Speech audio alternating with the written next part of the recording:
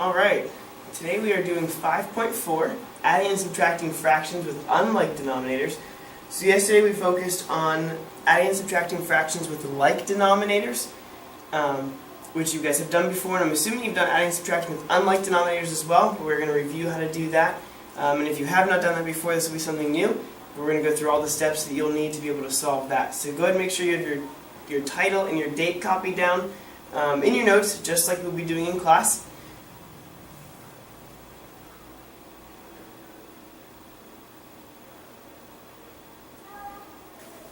So here are some steps and definitions and things that you're going to need for this process. The first thing you need to know is what is an unlike fraction. Unlike fractions are just two or more fractions, with different denominators. So yesterday we talked about like fractions and how they have the same denominators, and now unlike fractions are fractions with different denominators. So that could be like 1/2 and 2/3. One denominator is 2, one denominator is 3. So it's any two or more fractions that have different denominators. In order to add and subtract unlike fractions, the only main difference here is we have to rewrite the fractions using the least common denominator, or that LCD. So in order for us to do that, we're going to be using the LCD, which we used last chapter when we were doing comparing of fractions, and we were looking at what is the least common denominator and what's the one that we can use to rewrite all of that.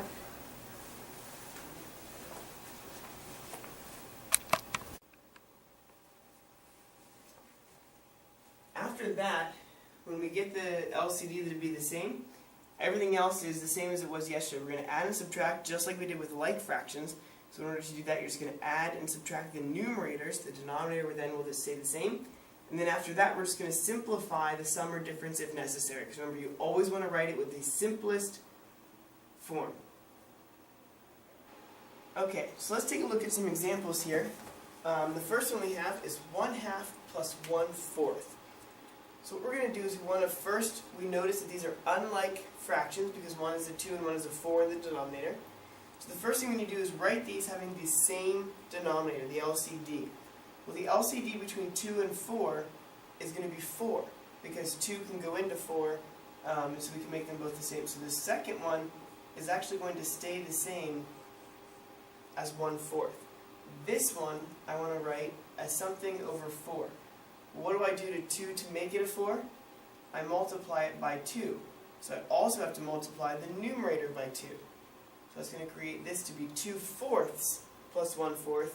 I add the 2 and the 1 like we did yesterday, and I get 3/4. That does not simplify, so that is my final answer there, is 3/4. So we're going to take a look at the next one. Between 1/6 and 1/3, we're adding these two. Again, unlike fractions because one is a 6 and one is a 3. So we're going to have, this one's going to stay the same because the least common denominator is 6, because 3 can go into 6. So again, I multiply this by 2 to get it to be 6. So I'm also going to multiply the numerator by 2. And that'll give me 2. So 1 plus 2 gives me 3. The denominator stays the same at 6. Now 3/6 I can reduce. Both of those are divisible by 3, and I can reduce that to 1/2. And that would be my final answer, is 1/2. Our last example here, 3/5 plus 1/2. Again, unlike fractions because one is a 5 and one is a 2.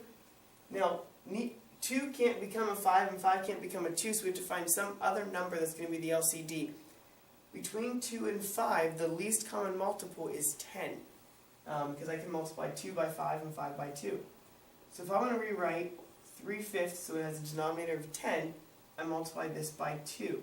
So then I also have to multiply the numerator by 2 to get 6/10. Bring down my plus sign. Now the 2, I also want to write it so it has a denominator of 10. And I need to multiply it by 5 to make that happen. So then I'm also going to multiply the numerator by 5. So that becomes 5/10.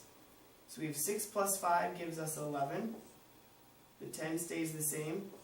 So you can either leave that as 11/10, or you could also write that as a mixed number of 1 and 1/10.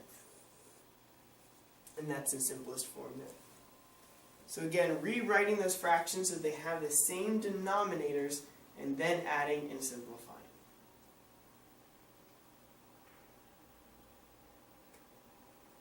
And we're going to do the same process for the difference. We're just going to do subtraction in the middle of them instead of addition.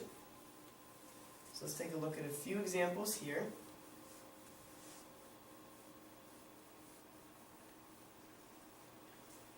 Again, different denominators between 3 and 2. So I'm going to have to create this to be the same. The least common multiple between 3 and 2 would be 6. So I'm going to subtract. So I want to create 3 to be 6 and to multiply it by 2. So I'm going to multiply the numerator by 2. And that gives me 4 sixths.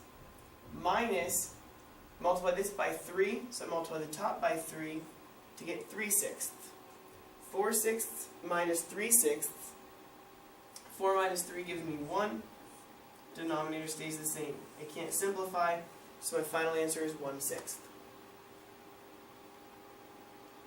Alright, looking at part B.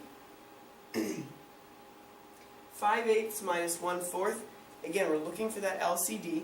With this one, 4 can go into 8. So we're going to go ahead, we can leave 5/8 the same. Minus, I want 4 to become an 8. So I have to multiply it by 2. Since that's multiplied by 2, I can also multiply I have to multiply the numerator by 2 to get 2/8. 5 minus 2 is 3. Denominator stays the same. 3 over 8 cannot simplify, so it's going to stay the same. And our final answer is 3/8.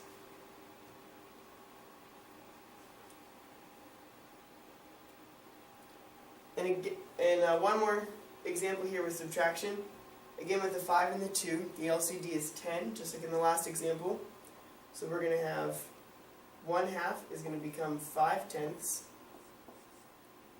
minus 2/5. I multiply this one by 2, multiply that by 2, so it's going to become 4/10. 5 minus 4 is 1. Denominator stays the same. And that would be your final answer, 1/10.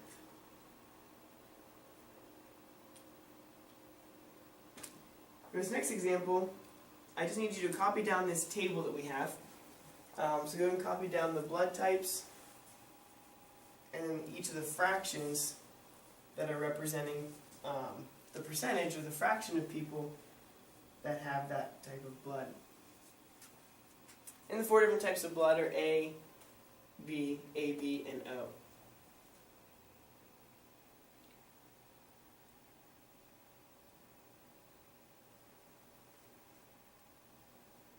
Now if we look at the question, it says use the table to find the fraction of the population that has type A or type B. So the only pieces we're looking at are this box here for the type A and this box here for the type B.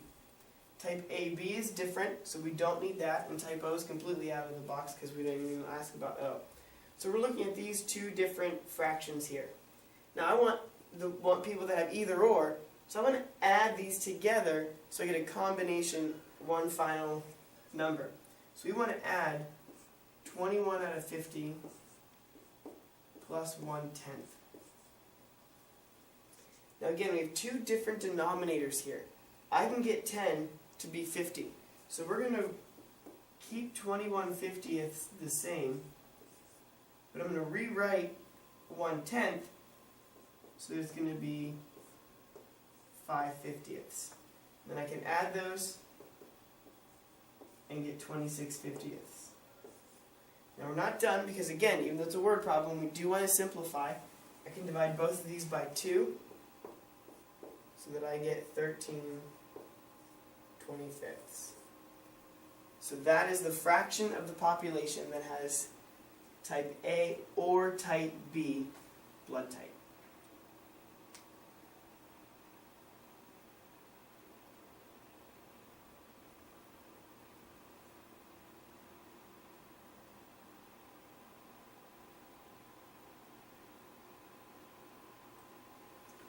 One last example. This is going to go back to using some algebra and some variables and things. We haven't done that for a while.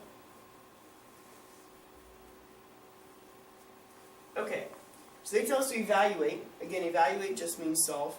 So we have a minus b is going to be 3/4 and 1/6 for our a and our b values. So again, we just replace those in here. So we have a is 3/4 minus b is 1/6. Now in order for us to do this, we have to come up with the least common denominator between the two. The least common denominator between the two is going to be 12, because 4 can go into 12 and so can 6. So whenever we write this, 4, we multiply by 3, so we also have to multiply 3 by 3 to get 9, minus 6 by 2, so 1 by 2 gives us 2.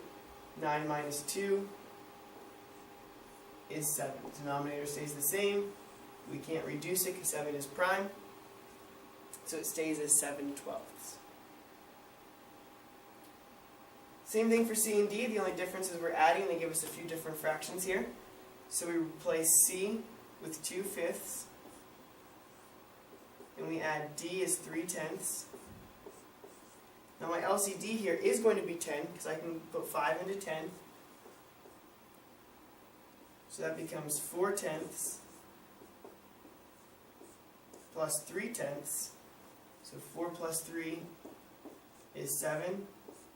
Denominator stays the same. Again, that won't reduce because 7 is prime. So our final answer is 7/10.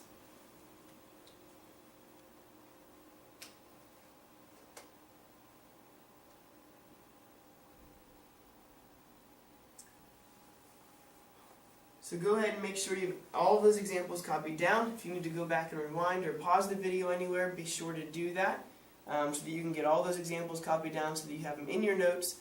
Then you'll have those for reference when we do the homework in class tomorrow.